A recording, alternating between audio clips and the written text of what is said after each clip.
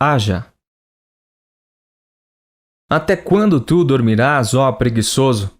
Quando te levantares do sono, a pobreza te atacará como um bandido, e a necessidade te atacará como um homem armado. Provérbios, capítulo 6, versículo 9.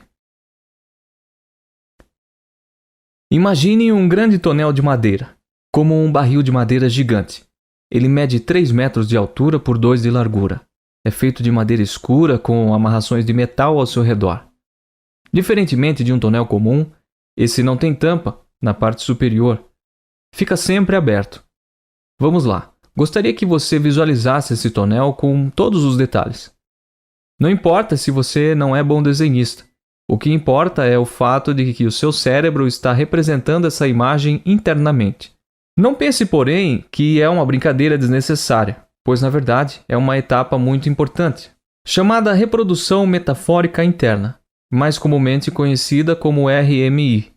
Afinal, a compreensão do mundo externo acontece primeiramente dentro de nós. E grandes mudanças ou fichas que caem se dão através da maneira pela qual representamos internamente a realidade ao nosso redor. Conhece algum personagem da história que, com suas histórias e parábolas, contadas há milhares de anos, mudou o mundo em que nós vivemos hoje? Ok. Você já tem o desenho do tonel. Fique à vontade e livre para que, à medida que eu for dando mais características e informações, você vá compondo mais detalhes na imagem do tonel. Dando mais informações a essa representação, peço que você veja o tonel cheio e transbordando de uma substância muito fétida, uma substância pastosa e pegajosa, de cor marrom escura. Muitas moscas e muitos insetos sobrevoam e pousam no tonel e na substância pastosa.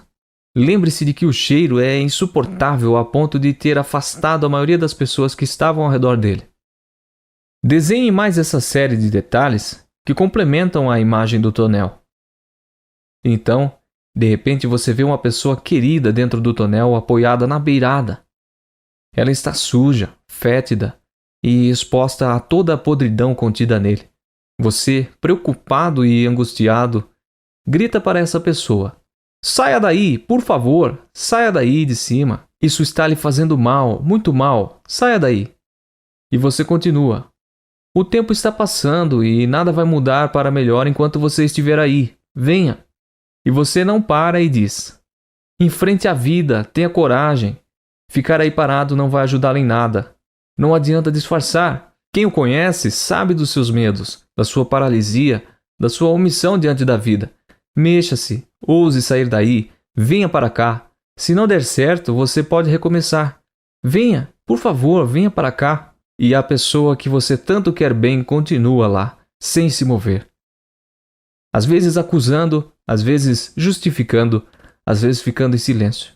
Talvez você esteja travando outro diálogo com outra pessoa em cima do tonel. Talvez você diga assim para essa pessoa: "Venha para cá, desça daí, pare de beber álcool. O álcool está matando você. Por favor, pare e olhe para sua família, para seus pais, para seus filhos. Eles sabem que você é alcoólatra. Todos sabem. Eles não dizem para você, mas sabem, comentam. Pare com isso. Venha para cá. Você fede a álcool. Você está perdendo o respeito das pessoas, pois a admiração você já perdeu há muito tempo. E você não desiste dessa pessoa e continua: "Desça daí. Eles não merecem isso de você. Venha para cá. Você merece mais da vida. Nós estamos aqui por você. Largue a bebida. Venha. Enquanto você estiver aí em cima, nós não podemos ajudar você. Olhe para os seus filhos. Eles merecem mais de você. Limpe-se e venha para cá. Aqui é o seu lugar. Venha." Ou será que o diálogo com essa pessoa é assim: "Saia daí. Esse não é o seu lugar. Você pode mais. Muito mais do que isso. Desça daí. Venha assumir a responsabilidade pelo seu futuro financeiro e profissional. Saia daí de cima do muro. Faça algo de verdade por você e pelos seus. Pare de fingir que está fazendo as coisas. Pare de fingir que está tentando. Ninguém mais acredita nas suas desculpas.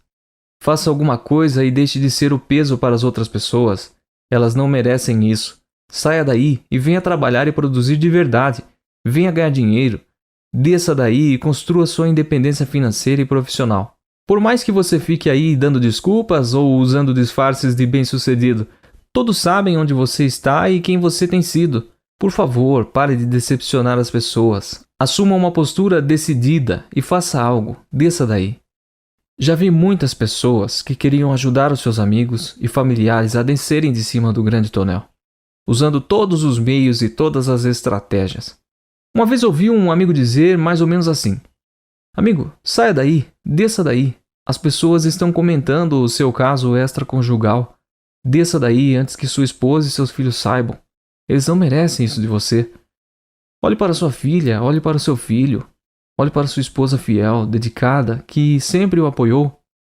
Pare com isso antes que seja tarde, amigo. Você está fedendo a sexo e todos sentem esse cheiro. Por favor, faça isso por você e por sua família. Venha para cá. Deixe que eu o ajude a se limpar. Venha. Esse tonel não é o seu lugar. Outra vez, ouvi um irmão dizer para sua irmã: irmã, saia daí, por favor, desça daí. As pessoas percebem e comentam como você tem sido relapsa com seus filhos. Seus filhos estão sofrendo, eles estão largados. Você está sujando a tudo ao seu redor com o seu estilo de vida. Pare de gastar dinheiro com roupas e bolsas. Pare de ir a tantos shows, festas e viagens. Fique em casa com seus filhos. Eles precisam de você. E você precisa ainda mais deles. Saia daí. Desça desse tonel. Ficar em cima desse tonel está destruindo a sua vida. Acredite, não é nele que você vai achar o que tanto procura. Seus filhos não têm culpa se o seu casamento acabou. Volte para casa. Assuma sua maternidade enquanto você pode. Enquanto eles são crianças e precisam de uma mãe. Volte, venha, desça daí. Em outros casos, ouvi pessoas preocupadas chamar e até implorar para aquela pessoa em cima do tonel deixar as drogas. Outros imploravam para que aquela pessoa sentada no topo do tonel parasse de fumar. Outros ainda suplicavam para que ela comesse menos e fizesse alguma atividade física antes que tivesse outro AVC. O fato é que todas as pessoas que citei, por um motivo ou outro, estão na zona de conforto. Essa metáfora, a zona de conforto, é representada pelas pessoas paradas no topo do tonel. Mas, na verdade, zona de conforto é o lugar onde encontramos desculpas para não fazer o que sabemos e que devemos fazer. A zona de conforto parece um lugar supostamente seguro, mas na prática, ela acorrenta e nos mantém presos, inertes e imóveis, enquanto o mundo está acontecendo lá fora e nós envelhecemos aqui em cima. Uma ótima definição para a zona de conforto é uma combinação de mentiras paralisantes com o prazo de validade vencido, pois o conforto de não agir certo na hora certa logo se tornará em uma prisão de muros altos. Zona de conforto é a combinação de várias mentiras paralisantes com o prazo de validade vencido. Afinal, não precisamos ser paranormais nem videntes para imaginar qual será o destino daquela pessoa que nunca encarou a vida profissional.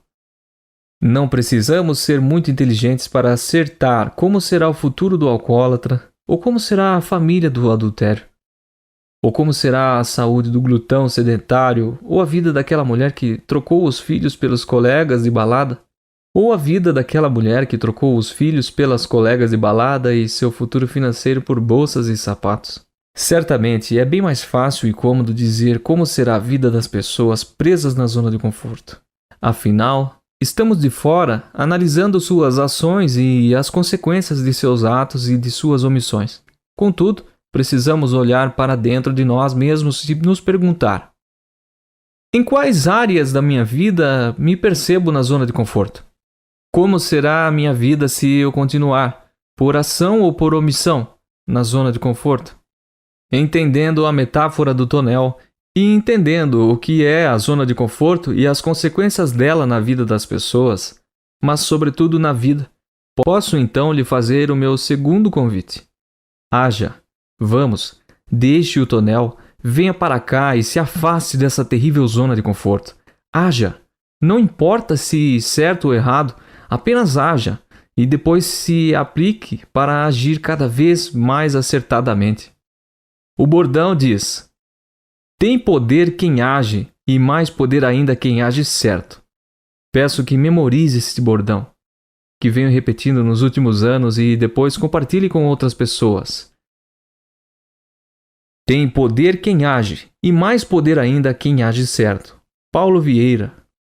A única coisa que pode tirar alguém da zona de conforto é a ação direcionada para suas metas, seus objetivos e seus desejos. No entanto, veja bem, para tirá-lo da zona de conforto, não precisa ser a melhor ação. Não precisa ser a ação mais acertada, nem a mais eficaz, a ser posta em prática. Qualquer ação direcionada sutilmente para os nossos objetivos já inicia o processo de mudança e libertação da zona de conforto. Existe, porém, algo como uma força paquidérmica que sustenta e mantém as pessoas aprisionadas na zona de conforto. E nosso foco agora é identificar, qualificar e em seguida destruí-la. E quando isso acontecer, você vai se encontrar sobrevoando e pronto para aterrissar nos seus objetivos mais importantes, milhas e milhas distante daquilo que antes você chamava de zona de conforto. Vamos a essa força. Historinhas e histórias. Acredito, como já falei, que fomos criados por Deus para uma vida abundante em todos os aspectos, e que os acontecimentos da vida de qualquer pessoa por si só deveriam levá-la a esse padrão de excelência. São como as águas de um rio que naturalmente fluem em direção ao mar. Essa é a natureza e o normal para um rio. Para represá-lo, será necessário um esforço muito grande de fazer barragens ou desviar o curso natural das águas. A abundância é a natureza de Deus e, consequentemente, a natureza humana. Se, porém, você não está vivendo essa abundância e plenitude, é porque existe uma barragem, um desvio, que impede o fluir dessa natureza abundante para você. E, por incrível que pareça, somos nós que, através de comportamentos, muitas vezes inocentes e despretensiosos, criamos verdadeiras barragens e desvios de todo o bem que deveria chegar até nós. Na prática, bastaria não atrapalhar para que as coisas boas viessem até nós. A boa notícia que trago aqui é que, além de não atrapalhar, podemos também usar essa força gigantesca para acelerar esse fluir de coisas boas em nossa vida. O nome que daremos a essa força é historinhas. Historinhas são estruturas linguísticas verbais e mentais que validam e explicam e justificam nossos fracassos, nossas falhas e nossos insucessos.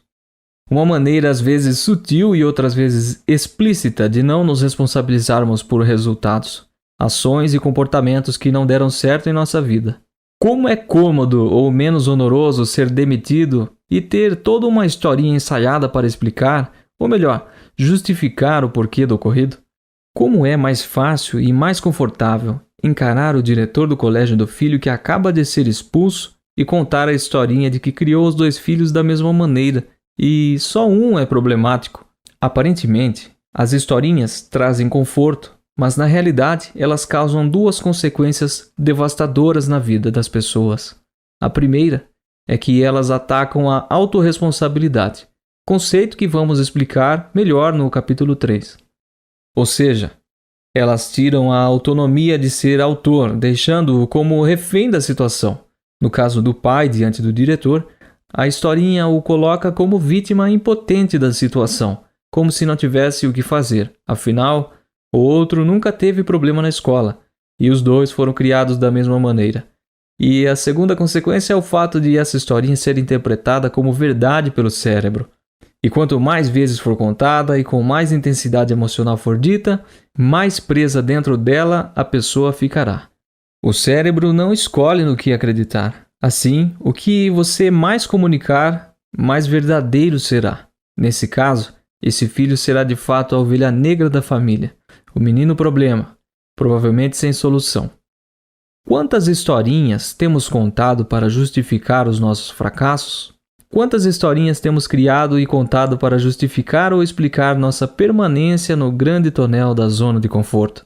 É comum acreditarmos que historinhas são mentirinhas ou disfarces simples para algo do qual queremos fugir ou sobre o qual não queremos reconhecer na nossa responsabilidade. Na verdade, existem 3 categorias de historinhas: mentiras e exageros, verdades e, por fim, brincadeiras. As historinhas mentirosas são justificativas, inventadas com o objetivo de diminuir a culpa. Já as historinhas verdadeiras são uma tentativa de acusar o outro e se eximir da responsabilidade pelos próprios atos. As brincadeiras fazem a pessoa fechar os olhos para o problema, tirar o foco do assunto por meio de piada ou de algo engraçado dito sobre o problema. Seja qual for o tipo de historinha, elas destroem a autoimagem e deixam seus autores impotentes na questão da ação e do comportamento, e certos da impossibilidade de realizar. Para entender melhor as historinhas, vamos a 3 exemplos reais. Caso 1. Certa vez encontrei um antigo parceiro comercial e começamos a conversar, até que chegamos ao assunto saúde. Nesse momento, ele olhou para mim com um tom de sinceridade e impotência e confidenciou: "Você sabe, eu não como nada e mesmo assim não paro de engordar." Sua esposa, que estava com ele, olhou para baixo e ensaiou um sorriso irônico.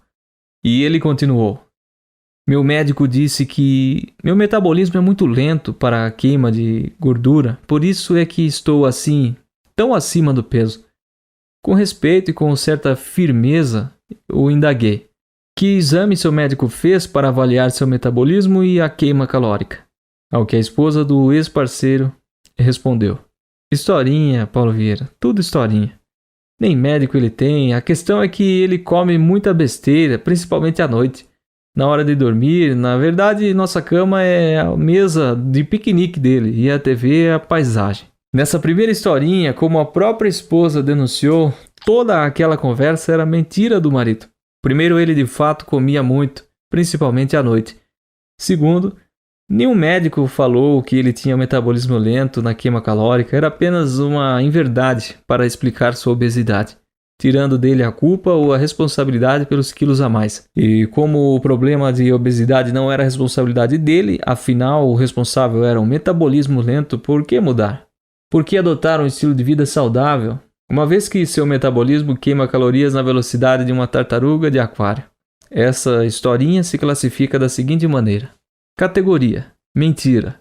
Comportamento: justificação e diminuição de culpa pela aparência obesa. Resultado primário: obesidade.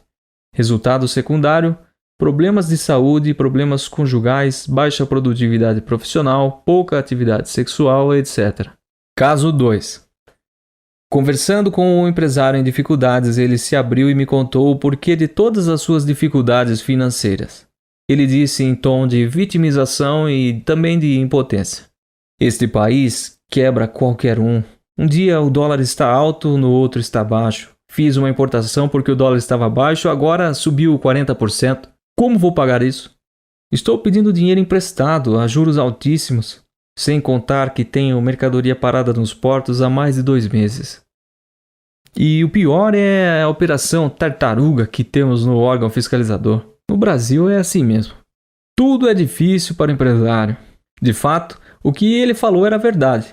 Um país sem regras claras e, pior, regras que podem mudar do dia para a noite. Muita burocracia e completa ineficiência dos mecanismos e das estruturas governamentais, sem contar a corrupção em níveis alarmantes. Entretanto, se o problema da empresa dele era apenas esse, então por que seu concorrente, que na verdade começou bem depois dele sem capital, está indo tão bem e crescendo tremendamente apesar do governo e de todo o chamado custo Brasil? Diferentemente do exemplo anterior, esse caso é verdade. De fato, todas as acusações ao governo brasileiro procedem. Contudo, quando olhamos para o setor a que ele pertence, vemos empresas que prosperam apesar de todos os problemas conjunturais do país. E por que justamente ele não prospera? O que seus concorrentes vitoriosos estão fazendo que ele não está? Conhecendo os dois, ele e sua empresa, posso dizer com certeza 3 coisas. Primeiro, ele é muito centralizador e não permite que ninguém haja ou pense em soluções sem sua presença. Segundo, ele tem uma liderança autocrática e muito dura. É comum perder a cabeça e ofender sua equipe. E por último, como já disse, a ele falta a gestão empresarial. Então, por que mudar tudo isso, começando por ele próprio, se o problema é a ineficiência governamental?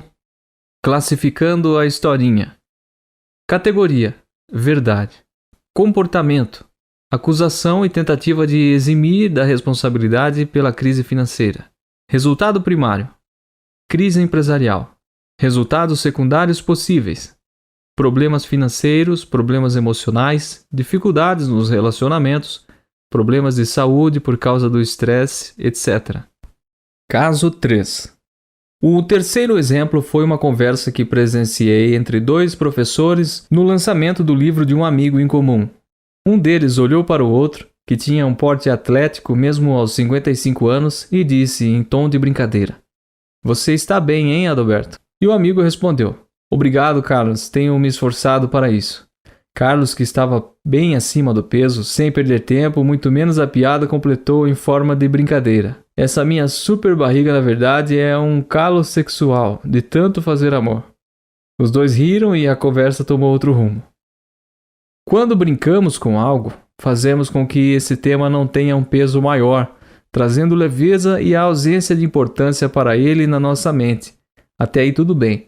A questão é que quando o tema é relevante e pede ação massiva e clara, o cérebro não distingue o que é real do que é uma brincadeira inocente. Cada vez que aquele homem repete a brincadeira do calo sexual, seu cérebro acredita que aquela barriga desproporcional de fato é algo sem importância e que não oferece nenhum ônus. Assim, não existe uma mobilização intelectual nem emocional na busca de mudanças de hábitos ou comportamento. Na verdade, a história é que, apesar de acima do peso, a barriga desproporcional daquele professor se devia ao fato de ele beber cerveja em quantidades extraordinárias e, diferentemente do que preconizava em sua brincadeira, não se devia a muitas noites de sexo. Classificando essa historinha: categoria: brincadeira. Comportamento: fechar os olhos para o problema, tirando sua importância e o foco daquele assunto. Resultado primário: corpo disforme.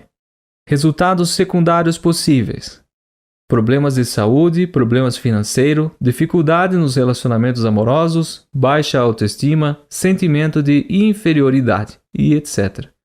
Em mais de 15 anos fazendo coaching e tabulando o estado atual de cada um dos meus clientes, e conhecendo seus comportamentos, ficou claro para mim que as historinhas eram o fundamento da incapacidade de mudar atitudes, hábitos e até resultados. Percebi de forma empírica, porém com muita consistência, que mesmo as mais simples mudanças comportamentais eram impedidas pela contação dessas historinhas. Em outras palavras, a contação dessas historinhas tornava meus clientes incapazes de promover qualquer tipo de mudança na direção de seus objetivos.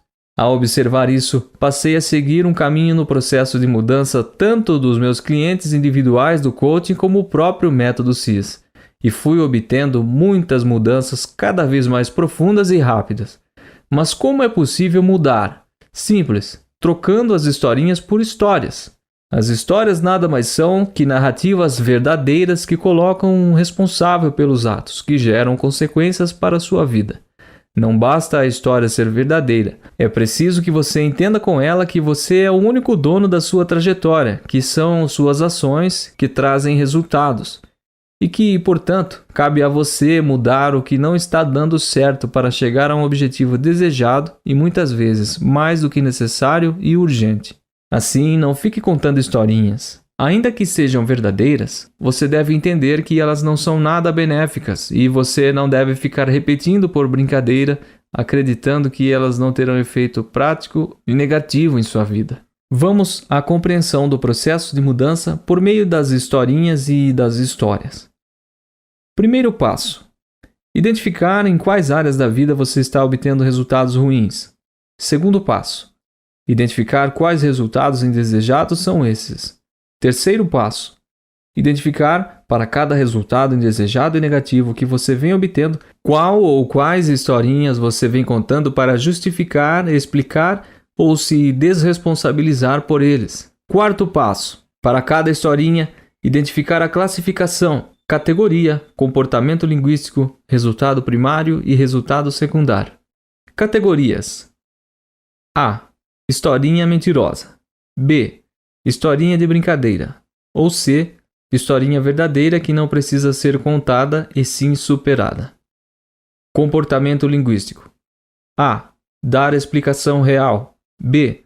Justificar o ocorrido. C. Eximir-se da responsabilidade pelo resultado. D. Fechar os olhos para o problema. E. tirar o foco do assunto indesejado. Ou F, outros. Resultado primário. O que, de fato, essa historinha produz de negativo na vida de quem conta. Resultados secundários. Que resultados negativos têm ocorrido ou poderão ocorrer por causa dos resultados primários? Quinto passo: contar uma nova história. Esse passo é a última etapa do processo de mudança. Essa nova história deve ser feita baseada nos comportamentos desejáveis e nos resultados que queremos conquistar. Em outras palavras, você precisa criar uma profecia autorrealizável que traga não só novos resultados, como também novos comportamentos.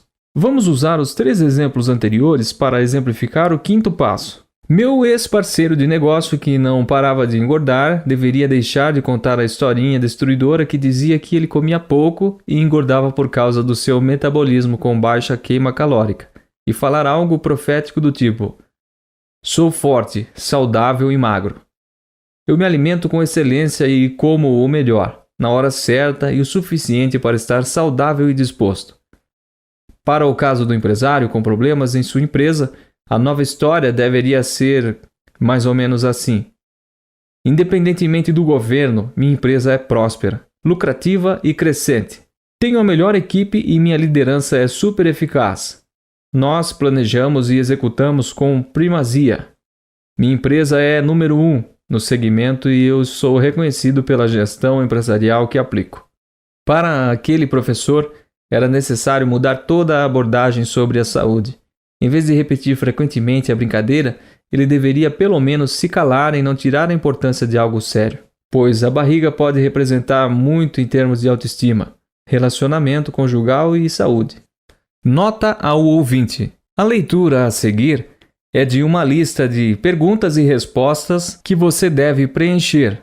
Para melhorar a experiência e criar uma imersão no conteúdo, sugiro que você pegue um papel e caneta e preencha as seguintes perguntas e responda com suas palavras. História número 1. Categoria: verdade, mentira, brincadeira. Comportamento: resultado primário. Resultados secundários possíveis. Estas são as perguntas. Anote aí. E agora copie as mesmas perguntas para a historinha número 2 e 3 e preencha todas com suas respostas. Exercício: identificação e eliminação de historinhas. Passo 1. Identifique qual área da sua vida está deficiente. Passo 2. Identifique quais resultados negativos você vem obtendo nessa área. Passo 3. Identifique quais historinhas você vem contando a respeito daquela área que estão produzindo resultados negativos. Passo 4. Identifique a classificação de cada historinha: categoria, comportamento linguístico, resultado primário e resultado secundário, e preencha as respostas. Passo 5. Crie novas e restauradoras histórias em substituição às historinhas. Apenas por zelo, peço que você responda a todas as perguntas a seguir que têm a ver com você e que você vive atualmente. Que historinha você conta sobre o sucesso que ainda não tem? Que historinha você conta para justificar suas dificuldades financeiras ou o fato de ainda não ter realizado suas metas e seus sonhos financeiros? Que historinhas você conta para continuar sendo grosseiro ou impaciente com seus filhos? Que historinhas você conta para continuar bebendo, fumando ou se drogando? Que historinhas você conta para si e para os outros para explicar a obesidade ou um corpo fora de forma? Que historinhas você conta para você e seu cônjuge para justificar a falta de sexo na relação e a falta de harmonia? Que historinhas você conta para estar fora de casa por tanto tempo, seja com amigos, seja trabalhando? Que historinhas você conta para explicar o fato de não estar trabalhando no que deveria e poderia? Que historinhas você conta para gastar tanto dinheiro com coisas fúteis e supérfluas? Que historinha você conta para estar em dificuldades na sua empresa ou em sua carreira profissional? Agora que você respondeu essas perguntas poderosas de sabedoria, PPS, fica mais fácil executar a ferramenta completa. Você sabe qual área está ruim na sua vida, como também sabe quais são as historinhas que você levam e o mantém nesses resultados negativos. Seu maior desafio, porém, começa agora. Em primeiro lugar, você precisa entender e levar a sério o impacto dessas historinhas na sua vida, para que, quando indevidamente repetir suas historinhas do passado, reconheça todo o mal que elas produzem na sua vida. Em segundo lugar, sempre que você falar ou repetir essas historinhas, você deve ter à mão a nova história e repeti-la com ênfase, pelo menos 5 vezes. E por último, essa nova profecia histórica deve ser repetida 5 vezes por dia em voz alta, até que por repetição ela seja uma verdade em seus comportamentos e resultados. Tem poder quem age e mais poder ainda quem age certo e massivamente. Eu já o convidei a agir. Não importa se de maneira completamente acertada, mas agir é o primeiro passo à conquista dos seus sonhos e objetivos. E agora, sem as historinhas que o impedem de agir e agir acertadamente, ficou mais fácil pôr para fora todo o poder e ação que existe dentro de você.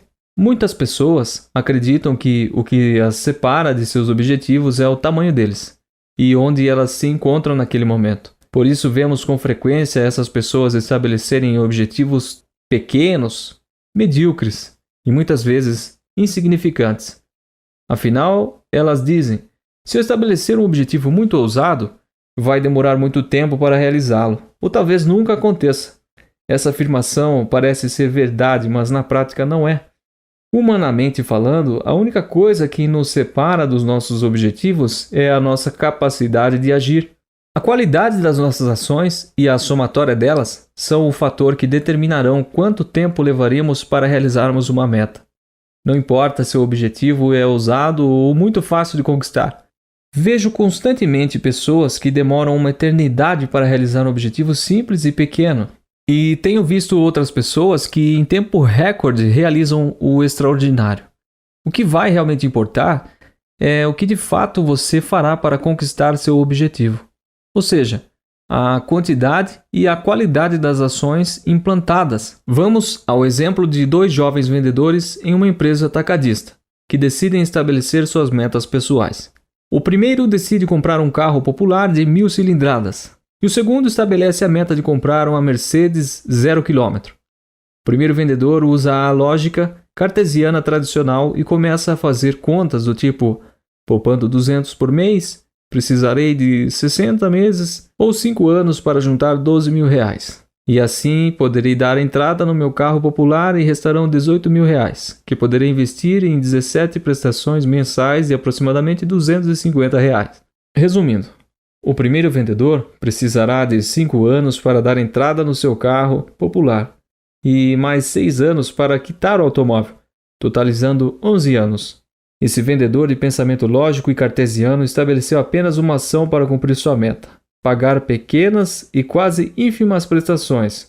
Já o segundo vendedor teve o seguinte raciocínio: primeiro vou me dedicar e trabalhar de maneira ultra focada para bater todas as metas e ganhar todos os prêmios das campanhas de vendas. E também vou fazer 2 cursos de venda e gerência de vendas e estudar os manuais de produtos que vendemos para ter mais conhecimento sobre eles e mais argumentos na hora da venda. Essa primeira etapa levará 4 meses e dobrará meus rendimentos atuais. Com isso, espero ser promovido a coordenador de equipe comercial com uma retirada mensal 2 vezes maior que meu salário atual. O segundo passo será entrar em uma faculdade tecnológica e me formar em 2 anos, e assim que tiver completado minha graduação, entrarei em uma pós-graduação em gestão comercial.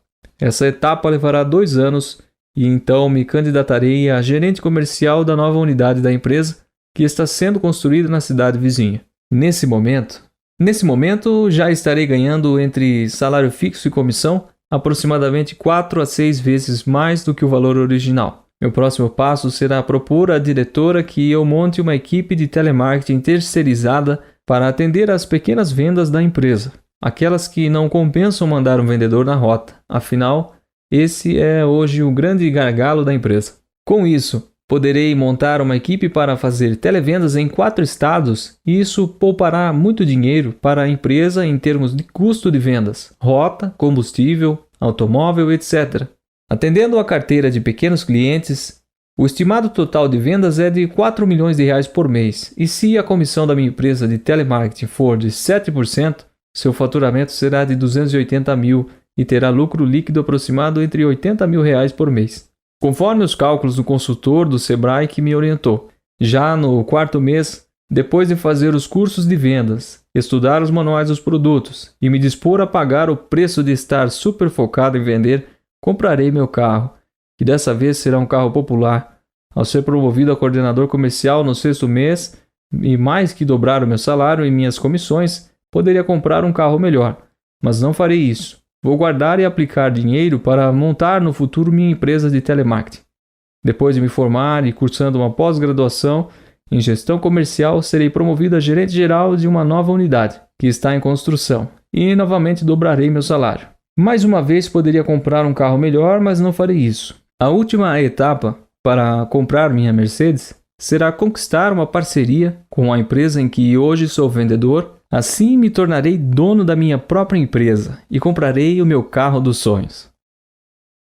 Quando observamos os dois vendedores, vemos que suas ações são determinadas por suas decisões. Estas, porém, são determinadas pelo tamanho dos seus sonhos. Vimos a metáfora do pescador e sua frigideira, e como é determinante na vida e nas escolhas. O primeiro vendedor sonhava com um carro popular, já o segundo com uma Mercedes. O primeiro se contentou em ter apenas um tipo de ação, que se resumia em uma pequena e medíocre poupança, que jamais desafiaria a ser melhor. Já o segundo, olhando para sua meta ousada e desafiadora, optou por várias ações que o tirariam completamente da zona de conforto. Qual é seu objetivo? Está certo sobre ele? É isso mesmo? Excelente! Então agora você precisa andar, agir e na direção certa, com ações efetivas.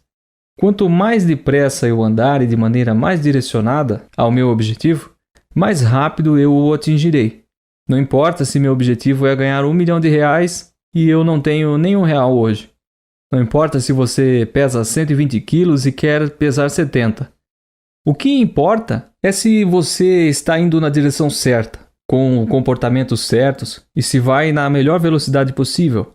Conheço pessoas que começaram a ganhar dinheiro muito tempo depois de outras, e no espaço de 3, 5, 6 anos já se tornaram milionárias, enquanto as pessoas que tinham começado 10 ou 15 anos antes a sua jornada financeira não conseguiram atingir o mesmo resultado. Muitas pessoas estão falando em sucesso, mas são poucas as que de fato estão atingindo. Em 2014, corri a minha primeira meia maratona do Rio de Janeiro. Depois de completar a prova, com prazer e bem-estar físico, eu disse ao meu amigo e treinador: Ed, não foi difícil como eu pensava que seria. Na verdade, foi fácil. Ele respondeu: completar os 21 quilômetros de meia maratona é fácil. O difícil é se preparar para ela. Aquilo ficou ecoando na minha cabeça e me deu muita clareza sobre o caminho do sucesso. O difícil é agir na direção certa, como acordar cedo para os treinos, fazer musculações e alongamento. Difícil mesmo é treinar fazendo os tiros de velocidade e subir as ladeiras correndo. O duro é acordar todos os sábados às 5 da manhã e correr em média 15 quilômetros.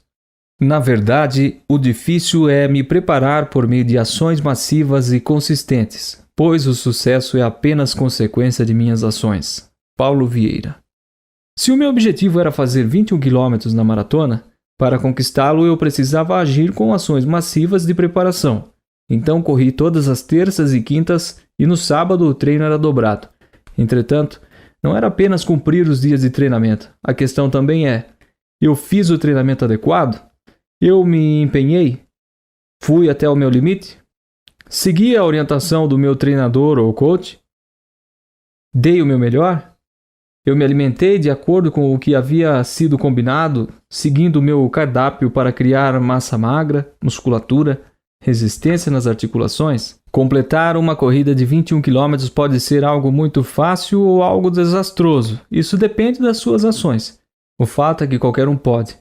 Tanto que vi pessoas com 70 até mais de 80 anos completarem a prova.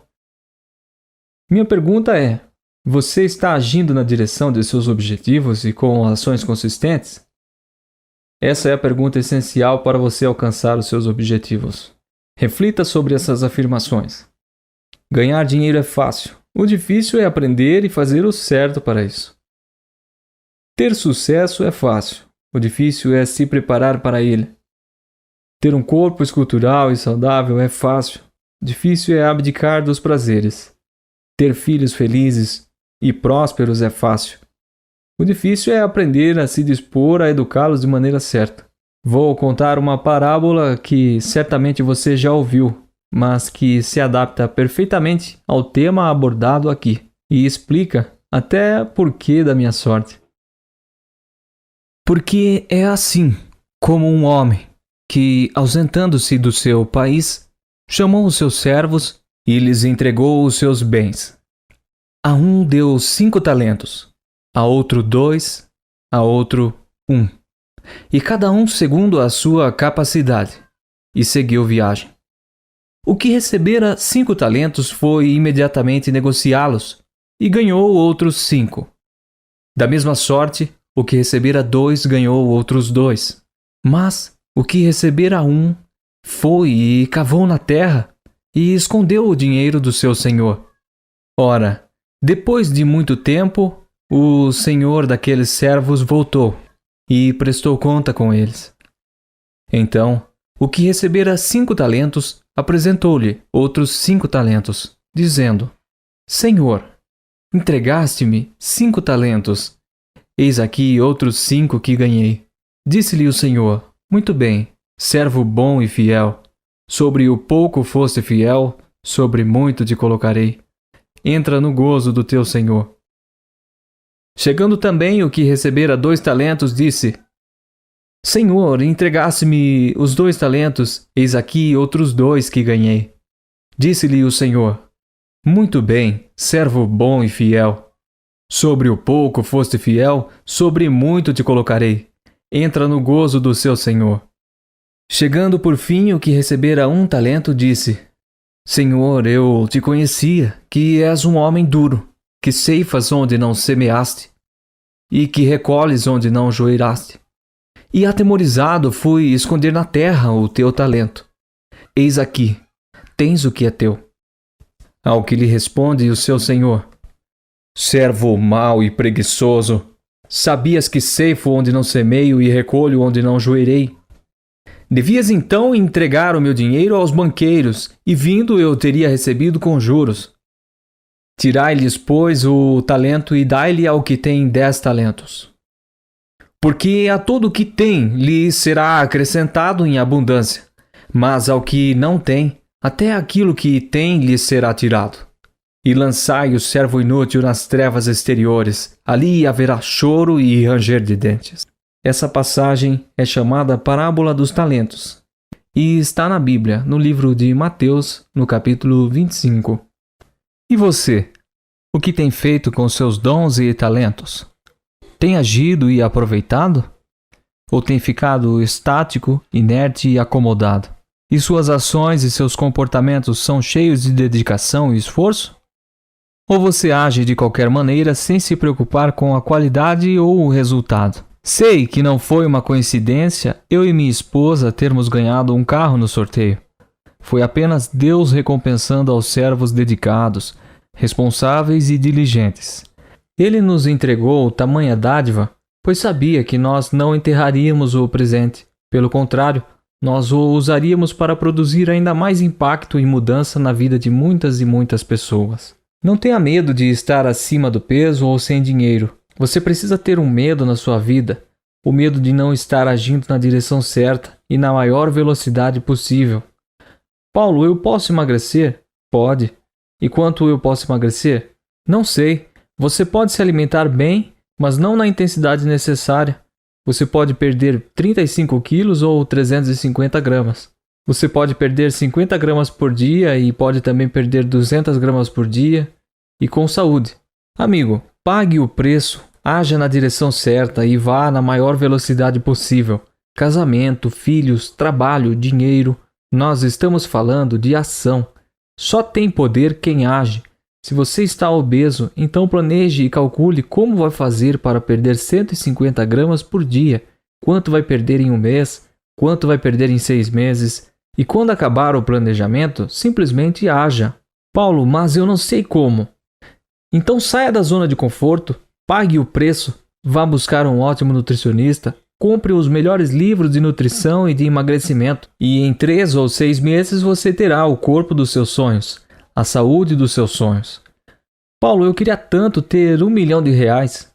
Pague o preço. Vá atrás de orientação dos melhores cursos sobre finança e reprogramação de crenças financeiras, e esse material vai ensiná-lo a andar na melhor velocidade possível e na direção certa. Depois de tudo o que falei, não acredite que é só agir para ter sucesso. Por mais de 13 anos eu agi consistentemente, porém sem sabedoria e sem conhecimento. Durante 13 anos da minha vida, tive muito poucos fins de semana e muito pouco descanso.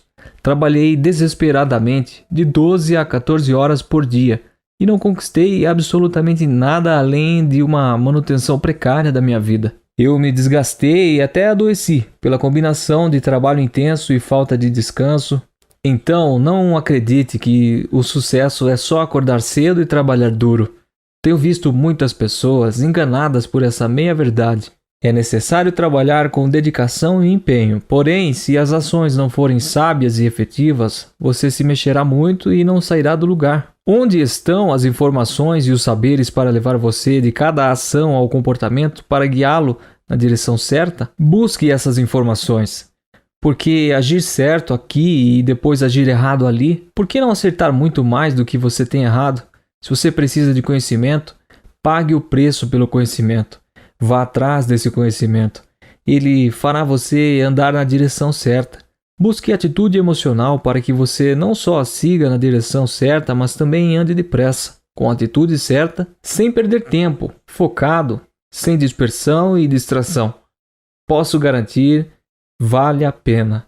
Uma vez que tem poder quem age, e mais poder quem age certo, pense nas 5 primeiras ações que mudarão drasticamente sua vida para melhor e escreva-as na linha a seguir. Nota ouvinte. Continue escrevendo naquela folha que você separou no começo. Escreva agora as 5 primeiras ações que mudarão drasticamente sua vida. É importante que você guarde suas anotações, porque ao decorrer do audiobook, teremos vários momentos em que haverá esse tipo de interação.